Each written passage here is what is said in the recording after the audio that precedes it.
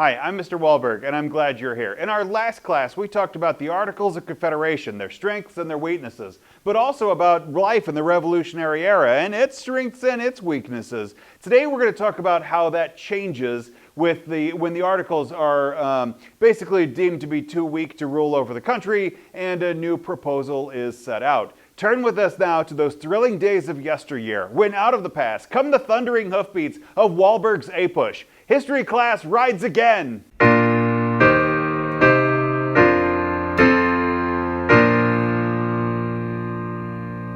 We have three objectives today. By the end of this period, you should be able to explain how the major compromises molded the final content of the American Constitution. You should be able to explain how anti-federalist concerns raised during the ratification process led to the creation of the Bill of Rights. And you should be able to explain how the definition of citizenship in the new republic excluded people like Native Americans and African Americans.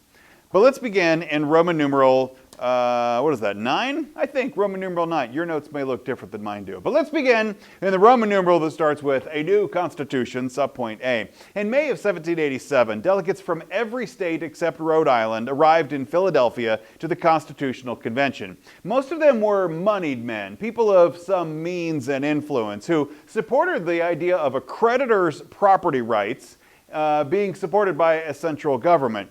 Take, for instance, John Adams and Thomas Jefferson and Samuel Adams and Patrick Henry. They didn't attend the convention, and so their voices more or less get left out. And so you find in their absence this group of nationalists who wanted a strong central government, and they really control the agenda of this new Constitutional Congress.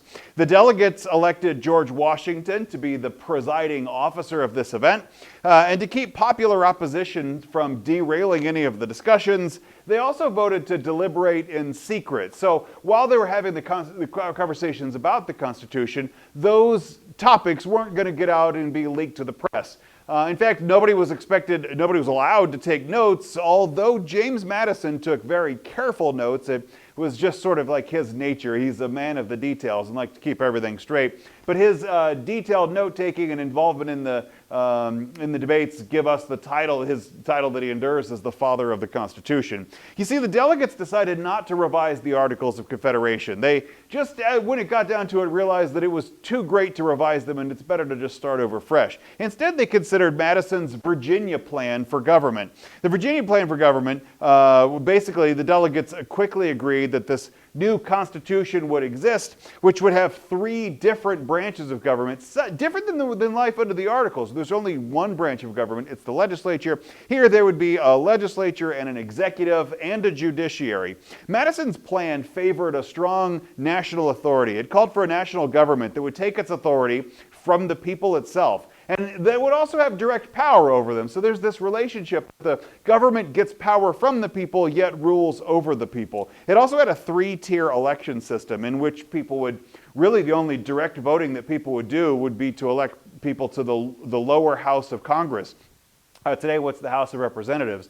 Later decision-making on the presidency and the Senate, all of those things would be handled by proxy through that first house, or by the states on their behalf. The plan had two fatal flaws. The Virginia plan had two fatal flaws. First, most people opposed a national government. Madison's proposal said that the national government could veto state laws. So if a state passed a law that the national government thought was a bad idea, according to the Virginia plan, the national government could veto that. And small states objected because they would realize they would have less influence than the larger states.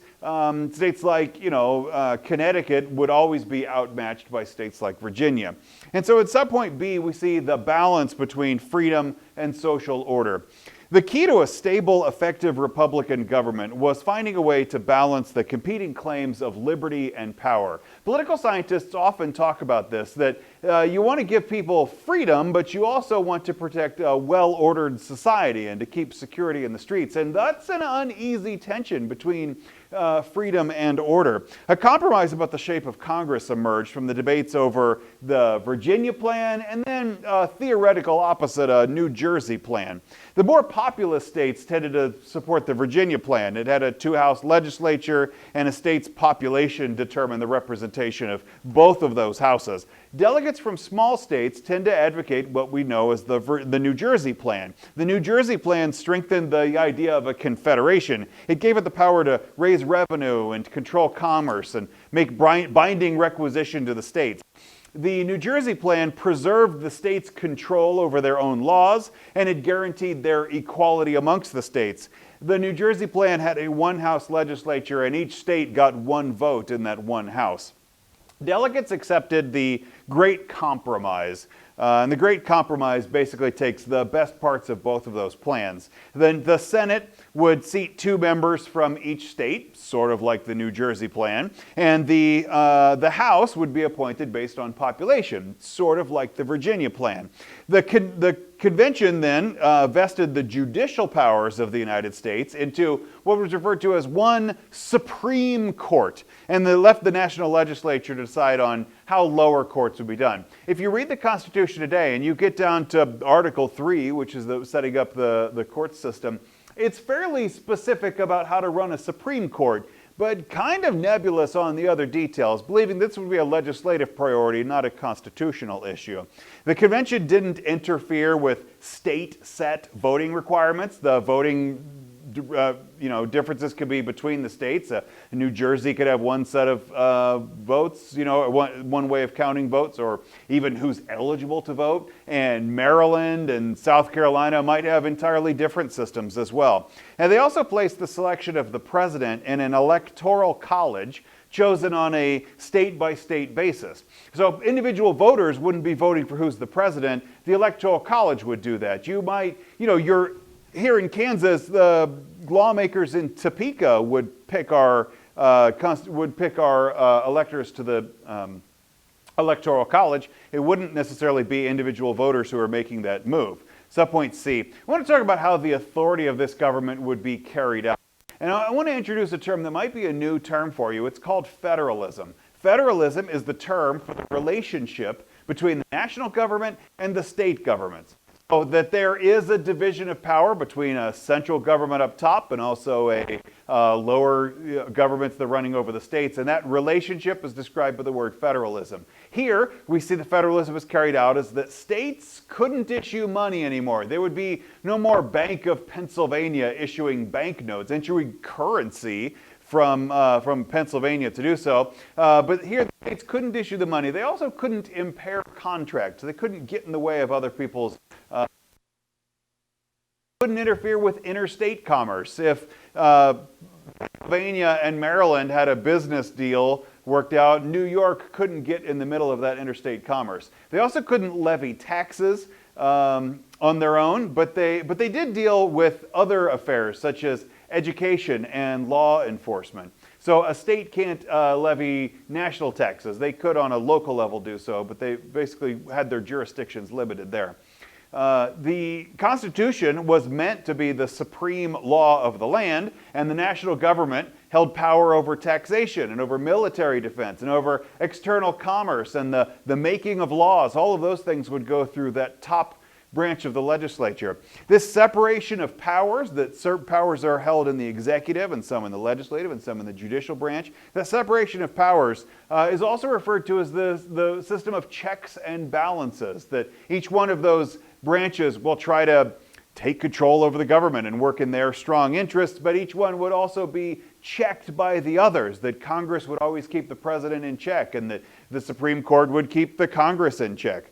So they keep any branch of the government from dominating the other two.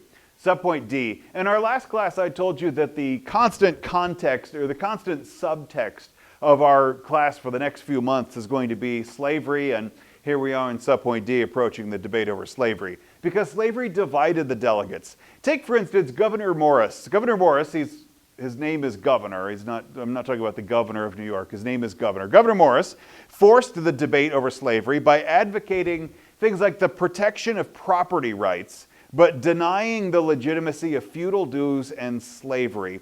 So basically, he denies the legitimacy of slavery to exist, and that goes and picks the fight. South Carolina's delegates proved very influential in preserving slavery within the Constitution. If you read the Constitution carefully today, it makes no mention of slavery at all. In fact, the word slave or slavery don't appear, but it did protect the institution. Southern planters succeeded in denying Congress the ability to regulate slavery for 20 years. Basically, the founding of the Constitution, the founders say that this was going to be such a tricky issue and slavery was going to be such a huge fight, it might derail the whole process. So let's just kick the can down the road and go deal with this in a couple of decades. So the Southern planters successfully got Congress to just put off the issue of slavery until 1808. To pacify Southern slave owners, delegates agreed to a law known as the Fugitive Slave Clause. The Fugitive Slave Clause allowed masters to reclaim their enslaved black people or white indentured servants whenever they exist, if they took refuge in other states. So if a slave were to escape from Maryland into Pennsylvania, then the Fugitive Slave Law would allow the former owner of that slave to go into Pennsylvania and reclaim their slave, even though they made it, the slave is no longer in a slave state. The Fugitive Slave Clause makes the condition of slavery binding on the human rather than dependent on the territory. That clause made the condition of bondage remain attached to a person, even if he or she escaped to a free area. To mollify, isn't that a good word? To mollify the anti-slavery settlement in the northern states, delegates didn't give slavery national recognition and by explicitly mentioning it in the Constitution. The Constitution instead talks about citizens and other persons, and by other persons, we can interpret that to be the slaves. Delegates also agreed to count 3/5 of all slaves towards representation as for taxation purposes, but also for purposes of allocating into the House of Representatives. It's known as the 3/5 rule, and it doesn't say that each black person is 60% of a person, but it says you round up 5 of them and we'll count 3. This was a compromise that was going to either deny the existence of black people altogether and not include them in the census counts, or to count them entirely as an individual person, which would, if you counted them 100%, that would weight the power of the southern states, making them look like their populations are larger, yet turning around and denying those same people the rights of the Constitution. But if you ignore them altogether, the southern states say, listen, we have a population down here that needs to be counted, but just not apparently counted at the level of white people. Subpoint E. Governor Morris put the final finishing touches on the final draft. So when we read the Constitution today, we're reading the final editing process of Governor Morris. He added in the preamble to the Constitution, the most poetic part of what's otherwise kind of a symbol, a passage of laws, and that the national government would establish justice and promote the general welfare and secure the blessings of liberty. Truly the most poetic parts of the Constitution. Delegates signed the final draft of the Constitution in September 17th of 1787, in a day known to us forevermore as Constitution Day. The Constitution created a new framework for American development, but it also still needed to be ratified by the states. And that brings us to our next Roman numeral, the ratification debate on the origins of the Bill of Rights. You see, that Constitution wouldn't go into effect upon ratification until at least 9 of the 13 states had approved it in their special conventions. And it wasn't a given that ratification would happen. This might surprise us moderns, because you look at it and you say, well, obviously, why wouldn't you create the Constitution? It's a brilliant document that creates the greatest nation on earth, but we're also looking at it from the eyes of our modern era. And at the time, this looked like it could be kind of a problem. I mean, the Articles of Confederation create a weak national government, but they do so on purpose. And remember, you've got Americans remembering what it was like to feel like they're in British tyranny. And so, having a strong central government isn't necessarily a good idea to a lot of people. So it wasn't a given that this would happen.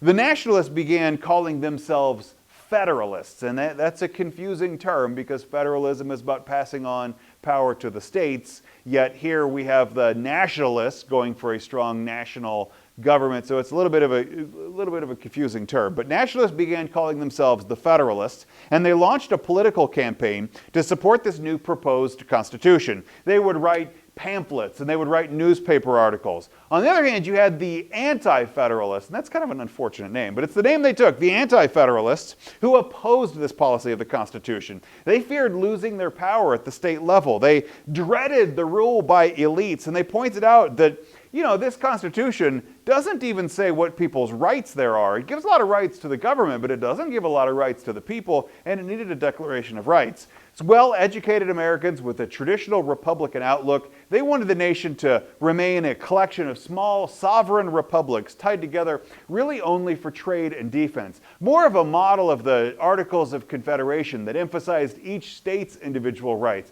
and thinking of each state as its own country, that New Hampshire is a country, and that Connecticut is a country, and that Georgia is a country.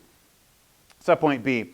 Let's turn to those Federalist Papers, the arguments of the Federalists who would argue for the Constitution and try to also explain how the Constitution would work. They were published to generate support for ratification. If you read the Federalist Papers today, they're fairly readable, and you probably will read sections of it if you go on to take AP US Government and Politics. But they're pretty readable today. They were written by John Jay, James Madison, and Alexander Hamilton, who collectively wrote under the name of Publius. Publius was a reference to a Roman Republic general and patriot who basically saved the Republic several times from the tyranny of the day. And so by taking the name Publius, they're trying to place the Federalist Papers, they're trying to place the Constitution in a great understanding of what it would be to be a republic. This was also a much more literate era of the classical world. People very much more familiar with what is today what seems like kind of minor players of Publius Valerius Publicola. I think is how you say that. The Federalists pointed out that a national authority was divided. That authority would be divided up between a president, a bicameral legislature, and a judiciary, and each branch would check and balance the others to preserve the liberty. Hamilton argued that checks and balances and this division of power made the Constitution essentially any political tyranny would be almost impossible. Madison suggested that a republic would be feasible in a country that was large because a multitude of special interests would prevent any single faction from dominating the others or becoming an oppressive power. Since a large country would even be more stable than a small country because you have like these competing interests who will always try to look out for their own bacon, but in doing so keep other people from getting their bacon. They would basically becomes this competition of ideas. He says that a large country would be more stable than a small one, and it also guarantees a continuous westward expansion, almost as a way of preserving American liberty and freedom. Anti-Federalists opposed the ratification, and they argued, no. If you have a big government that's sprawling across the countryside, then you're going to get an oppressive government that has to manage all of that area. They argued for a Bill of Rights and saying, before we even talk about this at all, let us not talk about the rights of government, but talk about the rights of man. This Bill of Rights said that people need to specifically have their liberties protected. The Federalists tended to be men of substantial property and wealth and means. They also tended to be urban dwellers seeking prosperity. The Anti-Federalists, on the other hand, tend to be small farmers, and I mean like small-time farmers, not that the farmers were small. And they lived in more isolated rural areas, such as New York's Hudson Valley and western Massachusetts and maybe the southern backcountry. Federalists dominated the press. Would that help to rally the support? Subpoint C. The Anti-Federalists were always arguing for a Bill of Rights, which Madison actually believed the Constitution shouldn't need. He says the Constitution protects individual liberty, and if you add a Bill of Rights, then what you're doing is saying that there's also an unwritten set of rights that you don't have. But ended up, Federalists added that Bill of Rights anyway. It safeguarded certain rights and mandated legal procedures to protect the individuals. It was a way of trying to bring the Anti-Federalists on board. The 10 amendments of the Bill of Rights legitimized the Constitution, but they also intensified debate over the balance of power between the national government and state governments. The recognition of, take for instance, religious liberty. That was a uniquely American right. It didn't exist in essentially any other country. It both prohibited a national religion and allowed for freedom of practice. Not until the 20th century, though, would people begin to think of the Bill of Rights as this almost divine kind of document.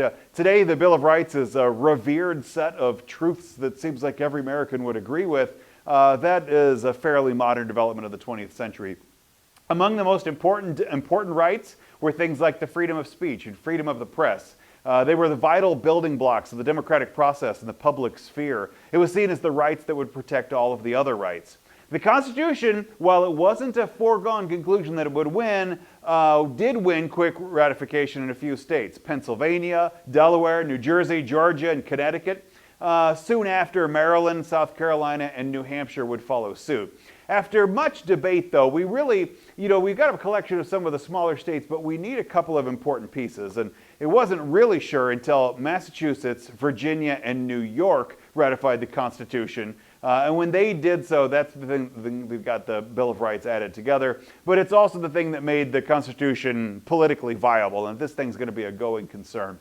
Most Americans accepted the results of the ratifying conventions. They reflected respect for the Republican conventions of popular sovereignty and majority rule. It was unlike what you saw going on in France at the same time of the French Revolution. The American Constitutional Revolution of 1787 didn't result in mob violence. But it is worth remembering that now we've overthrown the British, established Articles of Confederation, and then overthrew the Articles of Confederation and started a brand new country after that. And the fact that we could do that peacefully without riots in the streets, that's pretty impressive to me. The Constitution identifies three populations of people that inhabit the United States. Groups known as Indians, the other persons, and the people. The people were really the only ones entitled to American freedom. The Constitution doesn't specifically limit the rights to citizens, although they might have intended to imply it. As courts have gone back and interpreted this, you find that a lot of the rights are just held by the people, and a lot of rights aren't necessarily limited to citizens. The courts have really held those up that rights can be guaranteed to people far beyond citizenship membership in the United States. But let's talk for a second about Native Americans. The United States hoped to encourage westward settlement, but disagreed on how Indians should be handled. It was generally agreed that the West shouldn't be allowed to be Indian territory. The Indian tribes had no representation in the new government. They were mostly considered unfit for citizenship. They did, however, retain citizenship in their own tribes, which could go negotiate treaties with the United States.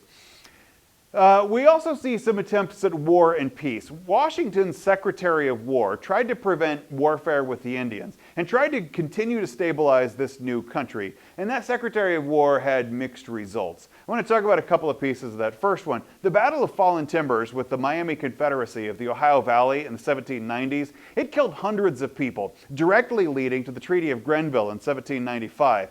Under this Treaty of Grenville, 12 Indian tribes ceded most of Ohio and Indiana back to the United States, not back to the United States, just gave Ohio and Indiana to the United States. The treaty established the annuity system. The annuity system were yearly grants of federal money to Indian tribes that led to continuing government influence in tribal affairs. Some prominent Americans believed that Native Americans didn't have to always be outsiders. They could assimilate into national society. Congress even appropriated money to go help this assimilation process happen, transforming traditional Indian life with tools and changing gender roles. Take, for instance, Thomas Jefferson, who particularly advocated this approach. Jefferson believed that Indians lived at a less advanced state of development, but he also thought that it wasn't inherent and that Indians could catch up by trying to fit into, traditional white American life. Indians tended to reject these changes. They wanted the freedom to keep their own tribal autonomy and keep their own tribal identity, including the ability to maintain their own traditional way of life. Subpoint D, the Indians formed a Western Confederacy to go defend themselves against aggressive settlers. And they also tried to defeat American soldiers sent by George Washington in 1790 and 1791. Washington responded by increasing the size of the U.S. Army, and he defeated that Western Confederacy at the Battle of Fallen Timbers. Continued Indian resistance would force what's known as the Treaty of Grenville in 1795. In practice, that Treaty of Grenville gave millions of acres of Indian land to U.S. government. It sparked a wave of American migration and results in brand new conflicts with Native peoples over land and hunting rights. Subpoint E, most Native Americans resisted any attempts to assimilate into white society. They preferred to maintain their ancestral values and religious beliefs. Moderate chiefs attempted to combine, say for instance, traditional animistic rituals with Christian teachings, but that even divided Native Americans. Seeking a synchronous path seemed to satisfy nobody. Most Native Americans resisted any efforts to turn into farmers, and women insisted on retaining their influential gender roles in Indian society. But let's talk about African Americans. The status of citizenship for free blacks was led to individual states to go decide on their own. Many white Americans excluded black people from their convention of even what it meant to be an American. The Naturalization Act of 1790 limited naturalization. Naturalization is the process by which immigrants become citizens, but limited that access to free white persons. John Locke and others maintained that it was reason that brought people liberty, while many white Americans considered black people to be deficient in the qualities that made freedom possible, that they just didn't seem to be smart enough to exercise reason. Jefferson wrote the Notes on the State of Virginia, and in those notes claimed that black people lacked self-control and reason and devotion even to the larger community. Jefferson didn't think, though, that any group was fixed permanently in a status of inferiority, but he also didn't envision America as a country that had black people as citizens. Jefferson saw the slave trade, for instance, as very immoral, and tried to avoid selling his own slaves. So he doesn't believe in, buying and selling people. Owning them, that's a little trickier, but buying and selling them, so he didn't sell his own slaves. Yet upon his death, only 5 of his slaves were freed. All 5 were relatives of Sally Hemings, by whom Jefferson fathered 6 children. To say that Jefferson has a complicated relationship with slavery might be oversimplifying the story.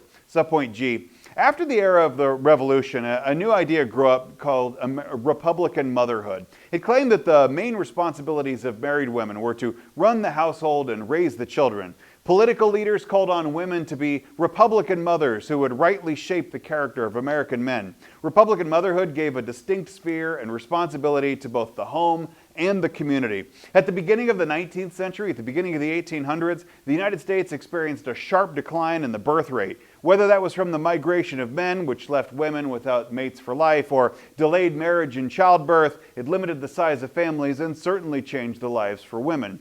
That didn't just change the lives for women. Here we see a transition politically that also turns out to be a transition socially and economically and culturally, and I can't wait to tell you about it. Make sure you like and subscribe. God bless you.